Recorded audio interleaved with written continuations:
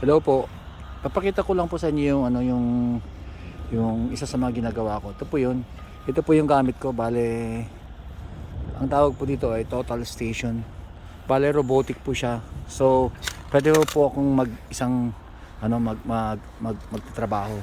Kasi sinusundan ho lang niya ako pagka kung saan yung gusto ko, pupunta ho siya doon. Kasi yun ho yung sinusundan niya, yung prism na yun, yung nandun sa tuktok na yun na kulay red. Nakakonekta ho siya dito by remote. Kaya kung ilalagay ko po yung yung point na gusto kong mamarkahan dun sa lupa na yun, siya, susunod siya, iikot.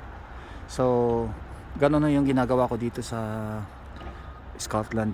Bale, I do some setting out, site engineering. Sa Pilipinas hindi ho tinuturo to kasi ang gumagamit lang ho nito na yung mga geodetic engineers. Pero dito ho sa UK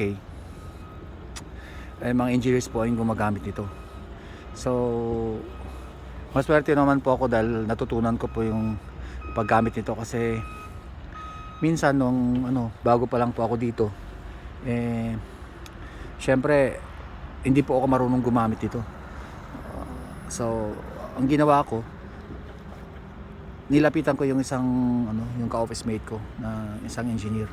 Tapos kunwari alam ko lang, nagkunwari lang akong marunong.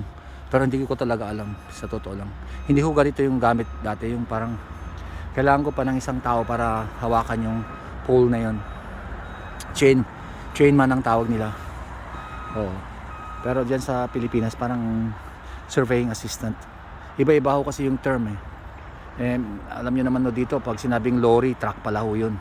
Tapos pag sinabing lift, elevator pala yun. Kaya minsan nung bago pa lang ako dito, hindi ko alam yung mga terms nila kaya nahirapan po akong mag-adjust.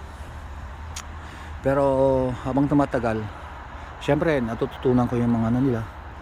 Minsan nga hanggang ngayon hindi ko pa rin maintindihan yung nila, yung mga pagbigkas nila ng salita kasi tinatanggal nila yung ibang letra. Kaya struggling yan.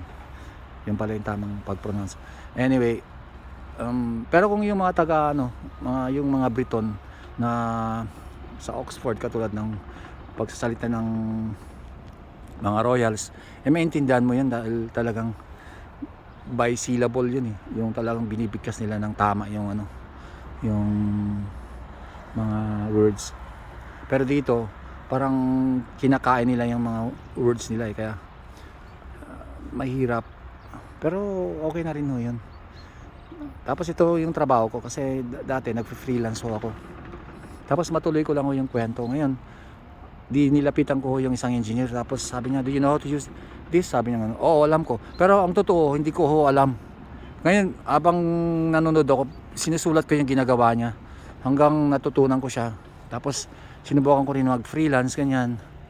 Kasi dati, ang taas-taas ng ng palitan ng